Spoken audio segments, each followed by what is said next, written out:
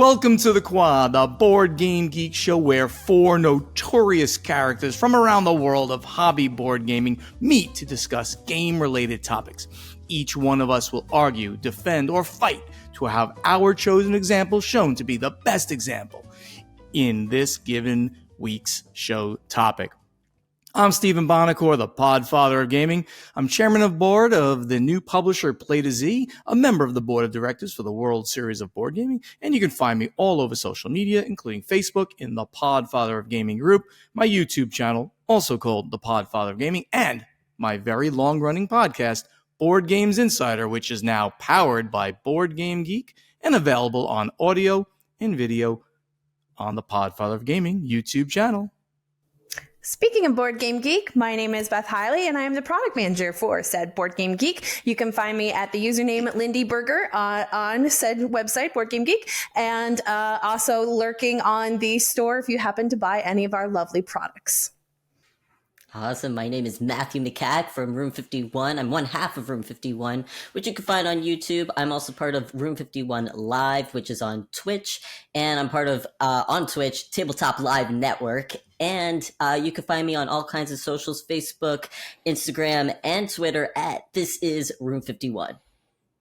And I'm Ruel Gaviola. I'm so excited to be here. Thank you for having me. You can find me all over the interwebs at Ruel Gaviola. I'm part of the Rahdo Runs Through channel. I do my own channel, Tabletop Tonight. I'm also one of the co-founders of Tabletop Live Network that Matthew just referenced. And I'm on the Good Time Society with Becca Scott and friends. And I may be involved with a little thing called Play to Z as well. Oh, that's right. You are an investor in Play to Z. Well, thank you, Ruel. Thank you so much for being here as our fourth chair. And also, let's thank Beth because she's filling in for Candace as well today. Candace was a little under the weather. We hope she feels better. Maybe after she hears how badly we do here today, she'll feel much better about herself. Speak for yourself. And thank you, Matthew, for being here, too. So now we're thanking everybody. All right. So today, what are we doing? We're going to discuss, give me a drum roll, Derek. Best games published before the year 2000. And each of us is going to tell you why our example is the best of these games or our favorite from the past of board gaming. Do we need to define what the best games published before the year 2000 would include? I don't think we do. But one interesting thing that came up was like, I mean, Beth, you were the first person to say like, well, should we like be thinking of like chess and Go because of their cultural significance? Even Monopoly has a huge reach. The board is instantly recognizable globally. But how do we define best? That's right. Then we all said basically, well, I don't want to go play those games. Let's pick the best game that we want to play before the year 2000. That's right. So who's going first?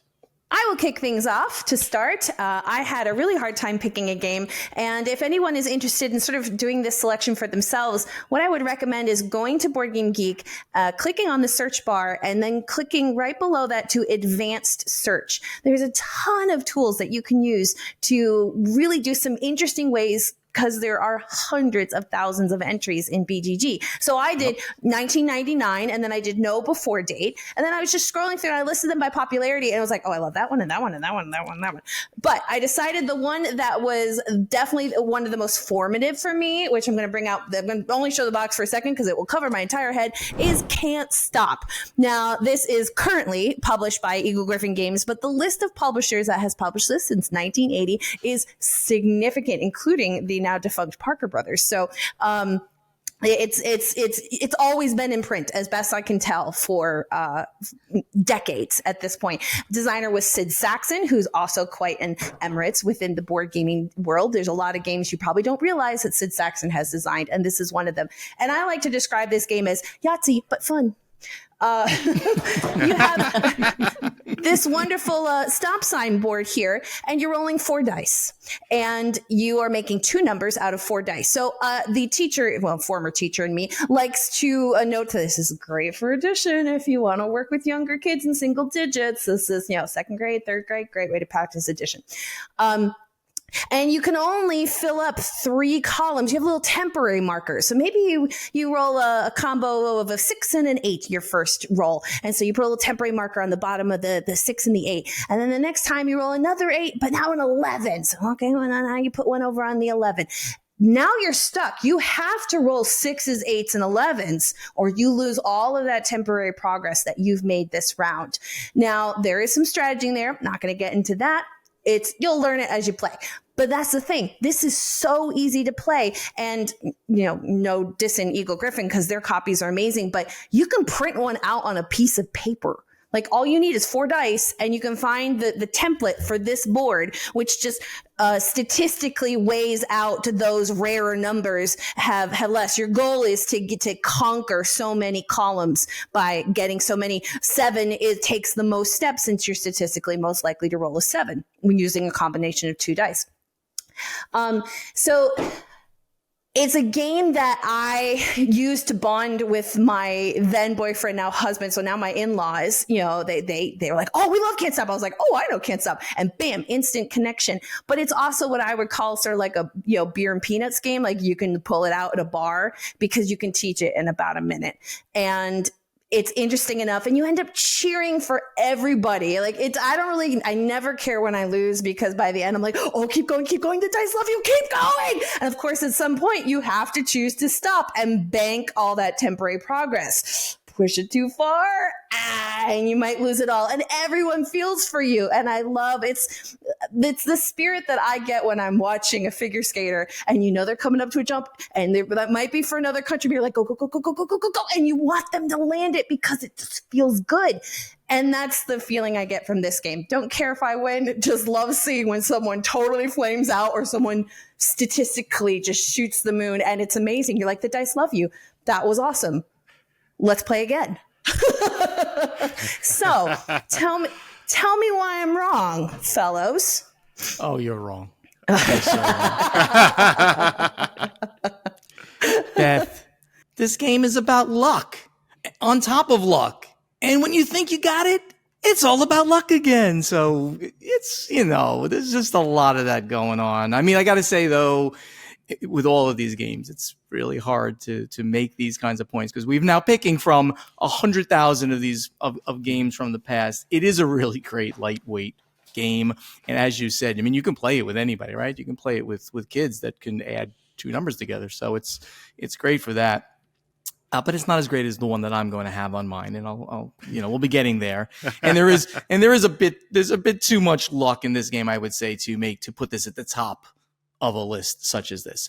One little interesting thing that I found as I was doing the research is that this was recommended for the Spiel des Jahres in both 1981 and 1982, something they don't do anymore, but that's what BoardGameGeek said. I thought that was very odd. Anyway, it's a good choice, but not the best.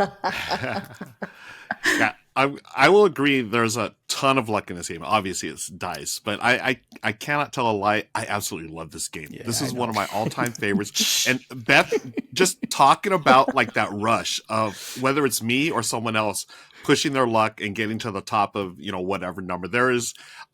There's just a thrill to that, right? And I think that ties into anyone that enjoys to gamble. There it is, right there. If you want that thrill of gambling for free, there it is in Can't Stop. And also, when I read about again, just like Stephen did, doing a little research beforehand, Sid Sackson. I mean, talk about before his time. Like, just not only this game, but Acquire, and then like one of my favorites that a lot of people don't talk about. He did a game called Bazaar, which was like published, I think, in 1969 or something. That's basically Splendor, like 40 years before. How many years before? It just blows me away that he was so ahead of the game as far as design and whatnot. And even he did a game called Bowling Solitaire, which uses a standard deck of cards. I love that. But yeah, fantastic game. Definitely not as good as the one I'm going to choose, but really props to you, Beth, for picking Can't Stop. I second Sid Sackson as named as one of the greatest designers of all time. Certainly in the pantheon of the great American designers that happened before, like the hobby really started. He was out there, and his stuff was so far ahead of its time. Absolutely. Yeah, I think isn't there a museum dedicated to Sid Sackson, like in New York or something, or somewhere on the East Coast? Isn't there? I don't know that, but I know that he I'm had pretty when sure he there is. passed, he had a big estate sale, and Jeff Engelstein, noted designer, was out there, and he had bought all this stuff from Sid Sackson's personal collection. Pretty cool. And Eagle Griffin's had a relationship with the Saxon estate for, I think, decades now. They've had some really interesting stories about working with his descendants and his family, and continuing to develop these games and keep them in print. And every time it's like, oh, haven't I played this before? Oh wow, he did it 20 years before. I mean, that's the story of Sid Sackson. But none of this makes it the best game before 2000, right, Matthew? That's right. Absolutely not. Now I have to actually, up the pace here because everybody's saying such great things. So it's all falling on me to say how trash this game is. And so for me, this game, I think that Yahtzee has more strategy than Can't Stop does. Ooh, wow, love it. Spicy. So I think that this game is a fine game. It's fun and all, but definitely not the best from before 2000. I think, as a push your luck mechanism, it's cool. It's fun. It's fine. I would say that I like the game. I wouldn't say that I absolutely adore this game, love it. And I like to call shots on it for tournament style things, as Ruel knows. But ultimately, I think that Can't Stop just doesn't have that power of play for me that makes it feel like, yes, I'm really engaging in a game that makes me feel like, I love playing this game, or like I'm a gamer and I love playing this game with family, friend, whatever. It's more like, well, I'd rather kind of play something else that has a little bit more meat on it. No. All right. Now I will say the Eagle Griffin does have at least for their edition, has a little, more than a promo, less than an expansion, that it adds a few strategic, interesting doodads. They also have really leaned into the street sign, highway, like all the pawns look like little traffic cones and things like that. So a lot of the things in this package are leaning in that they look like different traffic signs, like yield signs and things like that. More familiar if you're an American driver. But that's a way, if you feel as Matthew does, that there's just not enough meat on the bones, that might be a way to add a little bit more, just to put one last defense in my crown of logic here on a luck-based game. Well, speaking of, for my pick, I actually gave myself a caveat because I made it that it couldn't have been a game that I really liked playing that has a new edition now. It had to have been great prior to 2000, because otherwise I probably would have picked Cosmic Encounter, but I hadn't played that version, so I don't know if it was that great. But I've played the newest editions. So that was a caveat that I gave to myself. That being said, my real pick is Bonanza, designed by Uwe Rosenberg and published by a ton of publishers as well. But I think most recently Amigo is the publisher for Bonanza. Yep. And I am talking about the bean version, okay? Not the new Dahlia or flowers or whatever. I'm talking about the beans, okay? Because how many games have a theme about beans? Not a whole lot. But Uwe Rosenberg did it. One of my favorite board game designers of all time. So this game is so cool. It's really just a deck of cards, and it doesn't even actually have coins, because the cards themselves are the coins as well.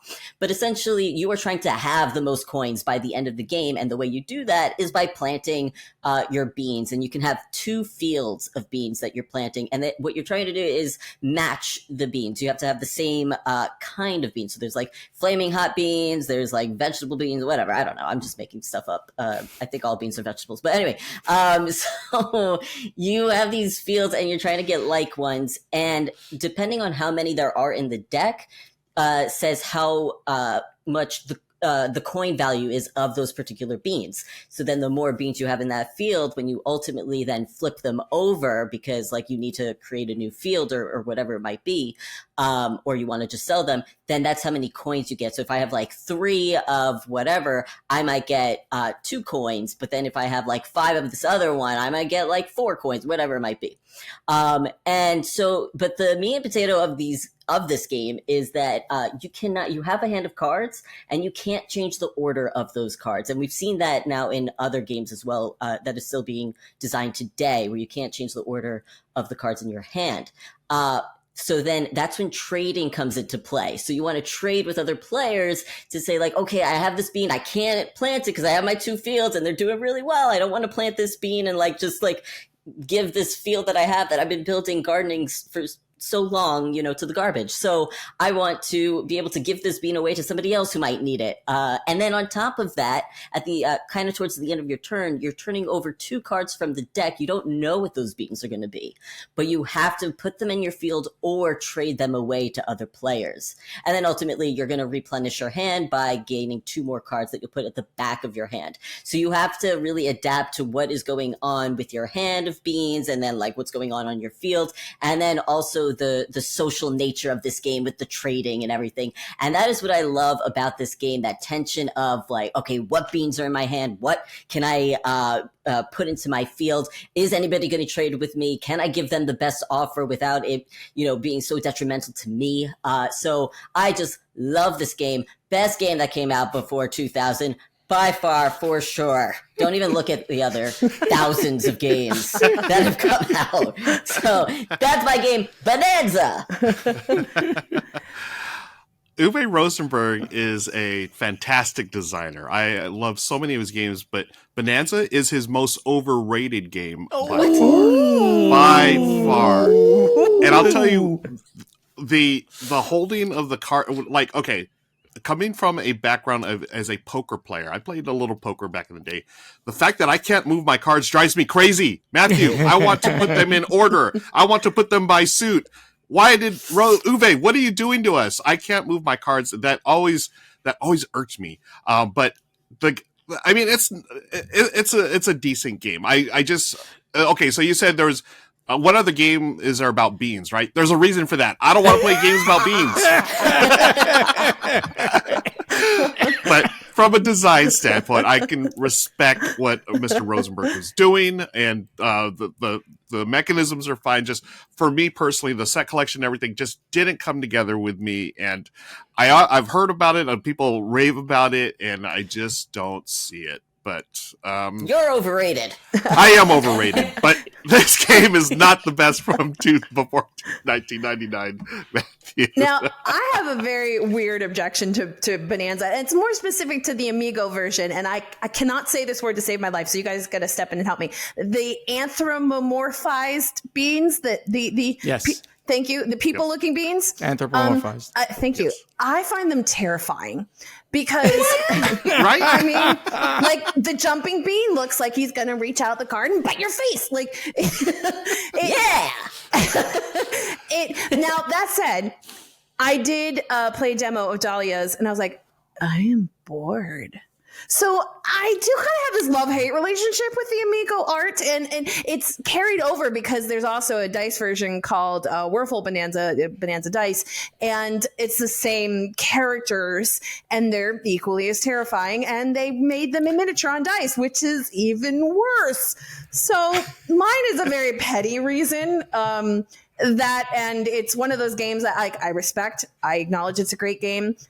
I can't win it to save my life. And so it's very hard to convince me to want to play it. Again, petty. Yeah. I find the artwork adorable. Well, I mean, in the end, I'm right there with Beth. Like, I've never won at this game either, so that may have played a little bit into my opinion that's overrated. Yeah. In the end, this game is themeless. It absolutely doesn't really matter at all. Beans, no beans. I mean, who cares? I happen to. Oh God, I got to start saying good things. I happen to really like the artwork in this, and it's silly and fun. Oh God, I'm gonna say all kinds of good things about this, Matthew. It got an amazingly. It's a great player count, 2 to 7. It's not really for 2, but it goes all the way up to 7 players, and it's so interactive. Especially at the higher player counts, of course, because you have those moments where you're insisting that, I have the perfect trade for you. You have to take these cards. And then the other player's like, no, I'm not taking those cards. I want these cards over here. But just because I know you want me to give me those cards, so I'm not taking those cards from you. I'm taking, and then you want to kill somebody because they won't take these cards out of your hand, which you're going to have to play. And it's going to be terrible for you. Oh God, this game is so good. It was my number 2 pick. I hate you, Matthew. Matthew, you picked the second best game from before 2000. I disagree with Ruel a lot. I think this is a genius game from Uwe Rosenberg, and it started, I guess, the whole hand management where cards have to stay there. Obviously, Scout has used it very recently, and then well before that, it was what was the game where you couldn't see the cards? You only see the backs, not the front. Hanabi, had that same idea there. That was 10 years ago or so. But anyway, it's a great game. It's the second best game from before 2000, Matthew. That's what I'm going to Now, I'm going to betray my other flavor of geek, that every time we play Bonanza, I am the only one at the table who starts quoting the musical Into the Woods and singing the Bean theme, because that's the other thing that I think of when you say, oh, there's only one game with Bean. Well, there's a musical where they're very integral, and Jack climbs it and a giant comes down. It's very exciting. And and Stephen Sondheim, the one of the best names in his genre. So for that, I also love it but then I just geek out to myself because no one else in my play group likes musicals. Oh no, I like musicals. Okay, I love musicals. Maybe that's why you like Bonanza. I'm just saying. Yeah. Beans, baby. Beans. And the fart jokes go on forever with this game. So that's always. I wasn't sure if I should go there. Yes, but of course we can go there. Leave it to Stephen. Oh my goodness. Why don't we talk about the true greatest game published before 2000? It is a game called Samurai by Reiner Knizia. Yes, 2 words, folks. Reiner Knizia, one of the all-time great designers. And this is my personal favorite of his, but there's a long list of Knizia games that could have been on this list. I chose this one because it's brilliant. It is a tile laying game with area majority. The theme is, feudal Japan. You were trying to take over the different parts of Japan, Kyoto and Tokyo and so forth. And it plays 2 to 4 players. It's so streamlined, like so many of his games. Knizia is a genius because here's why, folks. I can tell you why he's one of the greatest, if not the greatest designer out there. He takes rule books. And he's not going to give you a rule book that's 30 pages long with all kinds of different examples, all kinds of exceptions to the rules. No, he gives you 2 to 4 pages of rules. He wants you playing that game ASAP. So you're spending more time at the tabletop, not at the library trying to figure out how to play this game, right? So that's why I love so many of his games. And Samurai, to me, is my personal favorite. I love the fact it's so interactive. You are, battling with your fellow players, 2 to 4 players. It scales well as actually, it's fantastic at 2, 3, and 4 because what he does is the map, you just take out parts of the map. So it's a bigger map for more players, smaller map for fewer players. They talk about a knife fight in a phone booth. There's moments of that in here where you've got to go. There's nowhere else to go. You're going to go there and get, that farmland or whatever, or the military fight or whatever. And you're placing your pieces there. You place your tiles. Everyone starts with the same tiles, but they're randomly drawn behind your screen. You're going to have 5. You're going to choose one to place on the map to surround these different tokens that represent, farmland and the religious aspect of the society. And then when that tile or that space is surrounded by tiles, you count the numbers, and whoever has the highest number will take that into behind their screen. And at the end of the game, when all the pieces have been taken, you look and see who has the majority of 2 out of the 3. That's your winner. I just explained that game in a couple of minutes. It plays in 30, 45 minutes, like so many of his great games. Knizia wants you to play it. He doesn't want you to spend time reading the rule books for hours on ends. And, it's brilliant in all its ways. I absolutely love it. And that's why it's the greatest game ever published before 2000. This was tough because if there was going to be a game that I would choose over Can't Stop, this glory of luck and push your luck and collaborative cheering, then I was thinking it would be Ra, which is also Knizia, which also has an incredibly streamlined rule, but I believe is way easier to get to the table with non-gamers or very light gamers than Samurai, where they look at it and they're like, feudal Japan, big map. No. Whereas like you can loop them in there. And if I was going to think of like the purest Knizia game, like the course, I would choose Tigris and Euphrates, even though I'm terrible at it and I hate it. It is an amazing masterpiece of a game. Yep. So I think Samurai's Knizia literally has hundreds of games to his credit. I mean, it's hard to pick one. I would not pick Samurai. Yeah, and you're right, Beth. There, I was looking at the list. I mean, the ones you mentioned, also Lost Cities, Through the Desert, Medici, Modern Art. These are all before 2000, and they're all he published a lot of these around like the late 90s. I guess I don't know what was going on. I guess with Y2K coming around, he was like, I better design these games before the world blows up. So shout out to Dr. Knizia for coming up with so many brilliant games. Again. Samurai's the best one, but so many great ones. Well, calling Knizia the greatest designer is a bit of a stretch. The most prolific, absolutely for sure, but he does have some great games out there. This one is a little light on theme, I think. I don't know that the theme comes through at all with this. It's got great bits. The edition I have, I think maybe it's the same edition that's out there, and I don't know. It's got the Buddha, the hat and the little rice paddy, I think it is. Yep. That stuff is really cool. I like fondling bits. Don't read into that. And I recall really, really sucking at this game. I'm pretty sure I still have that this game here. It is very thinky. This is not for the faint of heart, this game. So it is a good game, but it's not his best game. Maybe his best game from before 2000, but it's not his best game. But it is a good game. It's a solid choice, but definitely not the best game from before the year 2000, sir. Yeah, I would definitely agree with you. So I will agree with you regarding the theme. It's an abstract at its heart, right? This is an abstract game at its heart, but there are two versions. There's the Fantasy Flight version with the little minis, and then you have the original Rio Grande, which I have with the cool little bits that Stephen likes to fondle. It's super thinky. I'm so glad you brought that up because it's one of those games, like many of his games, again, where the rules you can read the rules, get on the table right away. Then once you're playing, you're realizing, oh, whoa, this is much more thinky than I expected. Thank you, Dr. Knizia, for producing this brilliant game, and that I'm going to play for the rest of my life. And that's what we all think when we play Samurai. Not I. Except Matthew.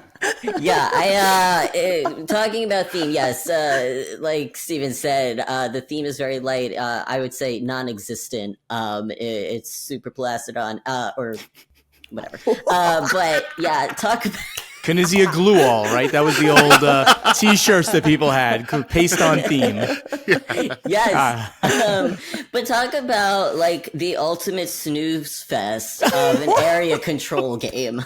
Wow. Matthew wins the spicy points today. Yes. Definitely some spiciness here. Love it. Between me fondling bits and Matthew like just tossing shade across the world here. Go for it. I have to. It's great. It's fun. But yeah, no, I mean, this game for an area control game, oh my gosh. I mean, where is that feeling of like tension and just like I mean, this is essentially like an abstract strategy area control like game, which doesn't mesh for me. I even if there's some games out there that use cubes for area control, and I find like they have more theme than this one, and I don't know. This one just did not do it for me for Reiner Knizia. I was actually just looking it up because I wanted to see about Lord of the Rings, the cooperative game from Reiner Knizia, which I love, although I think it gets mixed reviews. But that one came, I think, out exactly 2000, so it doesn't quite cut it. But if we were going to talk about some of the great things that he's done, I mean, that's one of the first like cooperative board games ever, like before Pandemic really even hit the scene and everything and brought it to light. But Yes, I think Rhino Knizia is a brilliant board game designer. This one was fell very flat for me. That being said, talk to my brother and he'll have a very different opinion. Because he's right. He's usually very much wrong. Very good, Ruel. Very good. All right, so I guess I'm taking up the last slot here, and the absolute best game ever published before the year 2000 is Werewolf. Originally called Mafia, and then Are You a Werewolf, Cats, Mafia, Murder, Polar Bear, Chupacabras, I never heard of that one, and a whole bunch of other titles. It was originally published in 1986 by absolutely no one. This game began and is still a public domain game. It is now published in a dozen variants, and probably the most notable publisher of the Werewolf games is Bezier Games, and they do this Ultimate Werewolf, which we'll talk about roles and things like that in a minute. The credited designer is Dmitry Davidov, who created it as Mafia, and then Andrew Plotkin, a U.S. person who rethemed it to Werewolf. I'm going to talk about the history in a moment. Mechanics are hidden roles, negotiation, player elimination, role-playing, roles with asymmetric information, team-based game, trader game, variable player powers, voting, and that's a lot of mechanics, and they're all amazing. Categories: bluffing, deduction, horror, murder mystery, negotiation, and party game. It plays from 2 to 24 players or more, plays in 60 minutes or more, and it's for ages 8 up, but I'll challenge that a little bit, Board Game Geek. This is really much more for an adult party group. So Werewolf, or Mafia, it's the same game, just different theming, is a Russian social deduction game created by Dmitry Davidov in 1986. It was created by Mr. Davidov as a psychological research project at Moscow State University in Russia. It then began being played all over the country, throughout Europe, and landed in the USA, and Andrew Plotkin rethemed it into the way it is today as Werewolf, as he believed it was more culturally appropriate to place it in a fantastical scenario. There is your gaming history lesson for the day. You are welcome.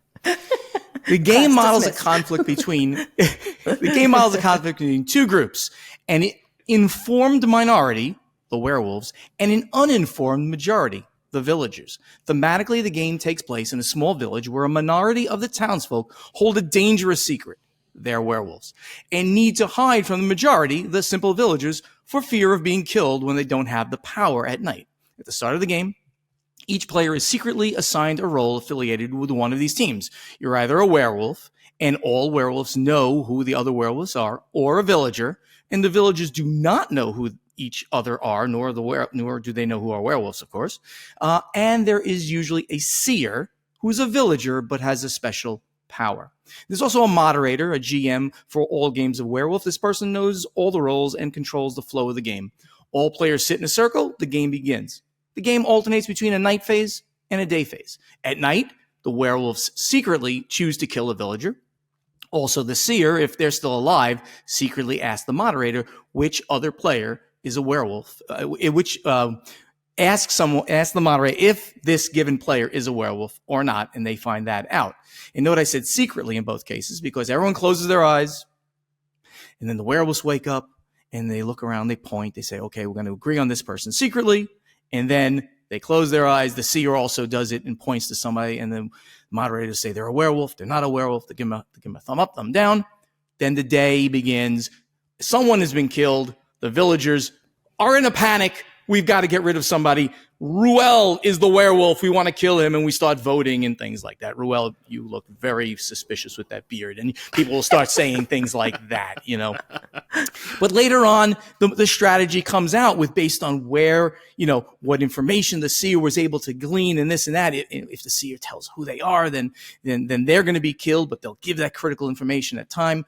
So this is going to continue going on between a night phase and a day phase until the end game condition occurs, which is the werewolves win if there are an equal number of villagers and werewolves, and the villagers win when they have killed all the werewolves. Werewolf is a social game that requires no equipment to play and can accommodate almost any number of players. Werewolf is a game that is so great that in and of itself, It spawned an entire genre of games, the hidden trader game, hidden role, hidden negotiation, asymmetric information, all of that wrapped into these hidden trader games. But whereas in other game genres, where there was an initial big game that dominated the genre and virtually every game after it was better than the original, that's not the case with Werewolf. I'll point to Dominion as the perfect example of a game that created deck building, but then all deck building games after that were better. Go see episode 6 of The Quad for that argument, which we had. I brought that full circle. So in this case of creating a new genre of gaming, Werewolf created a hidden trader genre. And just with some additional imaginations of the players and game designers, where they added some new additional tweaks and roles, Werewolf remains at or near the top of hidden trader games. And it is played constantly now and will forever be that way. Arguably, it's the best. And it is at least still one of the best hidden trader games. Werewolf is even in its most simple form that I explained, has X werewolves, Y villagers, and 1 seer. And it's just brilliant, just like that. And I played hundreds of games like that. But then, when you want to mix it up a little bit, you've got investigative roles like the seer and other ones, omniscient roles like the witness, protective roles like the guardian angel, killer roles like a hunter, alignment roles like an alpha wolf. And it goes on. The lover is one of my favorite. When one dies, the other one dies. Romeo and Juliet, they die together. It's amazing. The drunk is a handicap role. They're always getting bad information from things. And it goes on and on and on. In conclusion, this game is just genius. It started as a psychological experiment and then just by word of mouth became a worldwide sensation, literally. It spawned not only dozens of published games using this exact gameplay, but then an entire genre of hidden trader games that just built on it and changed it and did it in different ways. And they're all over the place. Blood on the Clock Tower is one of the most famous ones that are really big right now. But it's Werewolf in just a different format. It is a social game of the highest order. It brings together, you bring together any number of fun people, you shuffle up some cards and you play.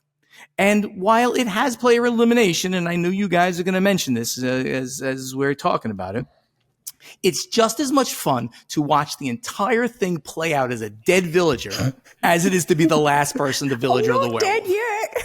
Not dead yet. It's a truly amazing game. The best game created before the year 2000. Your Honor, the defense rests. Bring it. Ooh. Wrong. Agreed. You said that this game was one that didn't have, it doesn't have games that are within the genre that are better than it. So wrong. I said it's at least as good as all the other ones. No, not even. I mean, for social deduction and interaction, I mean, we've got things like Battlestar Galactica, the board game. Might have mentioned that on it. Excellent game. Episode. I mean, even the Resistance, like it actually, there is no player elimination. I would say it's not fun to watch other people play a game and you sit there while you're out. And this is the epitome of a game that is one that continuously tries to improve itself because it started off so bad that they have to keep adding rules to it and changing it. Get the fire extinguisher. Matthew is on fire today. So, I'm sorry, Bonacore, but you probably chose the worst one to pick. See, my feelings on Werewolf are really mixed because I think with a lot of social deduction games, which some of the things that Matthew mentioned, like Battlestar Galactica, or even shorter versions like Werewords, which is also from Bezier. My favorite. Yeah, that's one of my favorite too. Definitely post 2000 though, so we can't talk about it. But the thing that I find with those games is if you are in the high, it is a high like you've never experienced before. It is probably some of the best gaming experience I've ever had. But the opposite is also true. And some of this comes from a standpoint of if you're playing with your friends, there's a different dynamic. If you're playing with strangers, it runs into I don't want to say it's a problem, but that if you get a group of people, some who might be neurodivergent, that you might say, well, you look suspicious. And they're like, I'm just being myself. It's like, well, nothing you can do will convince me. That's not fun. I mean, that's part of the game. But to me, that's not fun. And it's like, it's not even, I don't want to be a villager. It's, I'm leaving. I'm done. Like, so I have had very negative reactions with Werewolf. But granted, I've also had some amazing experiences. I particularly like being the GM because that shelters me from that emotional turmoil that maybe I'm just personally more sensitive to. So for me, like, Werewolf is this trap of like, oh, it could be great, but I could just feel like I want to kill someone outside of the game, regardless of whether they're a villager or a werewolf. And, you know, and it might also really put some people on the spot. If they didn't know what they're getting into, it can set up, I think, social situations that are really difficult for some people and can make for a really bad experience. And just to add something to that, to address that, I mean, you like in any game, I think there's the right group to play with and the not right group to play with. So I usually play with the closest of close friends kind of thing. And it always goes well. It's a different dynamic than playing with a stranger or somebody that, you know, might be on the spectrum or something that they can't handle that, you know, pointing and stuff like that. But I completely understand what you're saying. I mean, so my mitigation of that would be play One Night Werewolf, because you get that taste, but it's so short that you're not feeling invested. Like it's 5 minutes out of your time, not an hour plus, because 90 minutes is generously low. So that's, if I have to play a werewolf game, that's the one I'm playing, the one that's the shortest, because the original, again, we know the influence of it. And I love Matthew's comment about how they're continually trying to iterate and develop it because it needs help, a lot of help. But Werewolf, the original Werewolf and Mafia, actually, I'm grateful for those games because it showed me that I don't like social deduction games because of those games. It's not my jam. It's not for me. And a lot of it, I mean, I feel like a lot of it just comes down to whoever can be the loudest and lie the best and whatnot. But I don't know. I want something a little more meaty in my experience, a little more some strategy as far as, like, when I think of a board game, I want certain mechanics and things besides just pointing fingers and, oh, well, you didn't lie good enough. Now you're out for the next hour or so. You get to watch us have fun and play games. To me, that's not fun. But the influence of the game, there's no doubt about the influence. Is it the best game published before 1999? No, it isn't, but it's definitely one of the most influential. Now, this is just a random thought, and I have no idea if this is true, but given that it was created as an experience or experiment in 86, there was a huge rise in how to host a murder boxes from the 90s. You remember those? I did a Star Trek one when I was 11. So I wonder, because those often have a very mild hidden traitor, and I wonder, and I don't know if this is true. I'm actually posing this, if you're listening to this, and go find out. I don't know. Did Werewolf end up influencing people in that social deduction thing, but just with a really strong theme that they kind of hook people with the theme of something they love, like Star Trek, and then they keep them around because the social deduction piece is interesting. And yes, someone has to GM that game just like Werewolf. Someone kind of has to know the behind the scenes because they have to moderate it and move things along at a certain time. And that structure sounds a lot like Werewolf too. Just curious. Somebody go look it up. Somebody put in the comments. Curious. Put that in the comments. Yeah. Yeah. All right. So today we tackled the very difficult topic, because there was only about 100,000 choices of the best games published before 2000. And as you can see, there really are a lot of good games in this category. I hope you all agree that choices made by the co-hosts were excellent and really representative of the category. Well, of course they were, because they were all before 2000. What do you think? Tell us in the comments for the show. Agree, disagree, say Bonacor's are just a dumb old guy who doesn't know anything about good games. Let us know what you think in the comments. But whatever you do, please like and subscribe to this video channel. And in case you've forgotten, I'm Stephen Bonacor, the podfather of gaming. I'm Beth Heile from BoardGameGeek. I'm Matthew McCack from Room 51. And I'm Ruel Gaviola from all over the interwebs. And we hope to see you here next time on The Quad.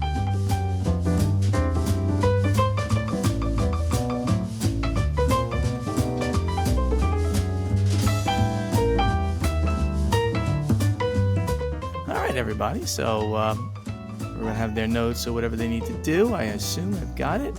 So everyone, give me a big smile to start this. And then we'll go in 5, 4,